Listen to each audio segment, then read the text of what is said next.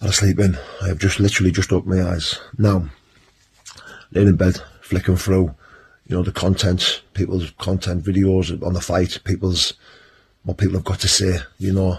I made it just to clear a few things up. We'll try and clear a few things up. First and foremost, no one tapped. No one tapped. No one gave up. Had to stop the fight. The reason I stopped the fight was, you know, Robbie could clearly see that he was winning the fight. He had the fight won. And Robbie didn't want to inflict any more damage and possibly look at a fucking charge. You know, you've got to remember, guys, this was an illegal fight. You know, so Decker didn't give up. Robbie didn't give up. He could see he would have carried on it in him if he had to. But he made it clear, like, remember, guys, we need to go home safe. Do you know what I mean? So, yeah, that's the reason I stopped the fight. Now, back to the tap.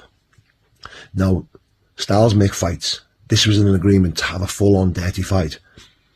I made it into an MMA fight because I didn't want no eye gouging, I didn't want no biting, and I didn't want no poking and pulling and shit. Do you know what I mean? This is why I made the rules that there was no biting, no eye poking, and no fucking ball pulling and tickling and whatnot. Now, you've got to understand, how many times have you watched an MMA fight where a grappler is versus a striker? A grappler will lay on his back and invite a striker in. The striker will never, ever, ever oblige a wrestler or a grappler and go to the ground with him. If the striker does end up on the ground, he does his utmost best to get back to his feet. Now, there was no different. Now, when Decker was on top, the part where everyone thinks Robbie tapped, when Decker was on top, Decker made it aware to Robbie that he was getting up. And Robbie went, okay. That's it. He never tapped. No one tapped. No one gave up. Had to stop the fight. Had to save Decker from, you know, potentially getting seriously hurt and Robbie looking at a serious charge. This is the reason I stopped the fight. Now, I tried to stop this fight. Didn't want this fight going ahead. You know, Robbie convinced me that he could win, but still, you know, didn't want this fight to happen. You know, these weight categories for a reason. And listen, all you guys who, because this fight's happened and Robbie's won this fight, I don't care who you are, 9 times out of 10, size does matter. Size matters. Of course it fucking does. This is why Robbie had to grapple him.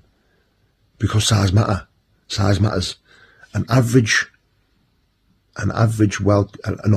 A world-class small boxer will always get beat against the average heavyweight boxer. This is like, it's a no-brainer. Size does matter. But then you get, you know, extreme circumstances like the fight yesterday, where Robbie was able to implicate his grappling over Decker's non-existent grappling, where he made his size not matter. But that is very rare. It is very rare. 9 times out of 10, size does matter, without a shadow of a doubt. You know, it's the same in kickboxing, it's the same in Muay Thai, and it's the same in wrestling, it's the same in grappling. Now, you get one discipline. If Robbie's 9.5 stone and he's fighting a 17 stone grappler who's just half as good as him, Robbie doesn't stand a chance. Now, if that had been just feet, just Queensberry rules, I think Decker beat him. I think Decker beat Robbie in a Queensberry rule fight, just my opinion.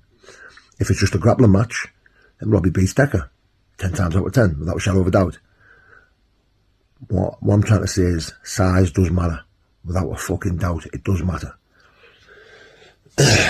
Anyway, you know, I've been getting some really fucking stupid messages, people calling me a grass enabler, a nonce enabler. Why did you save Decker? You've just saved the nonce, you just saved this, you just saved... Listen, I saved Robbie from getting a fucking prison sentence. End of. That's it.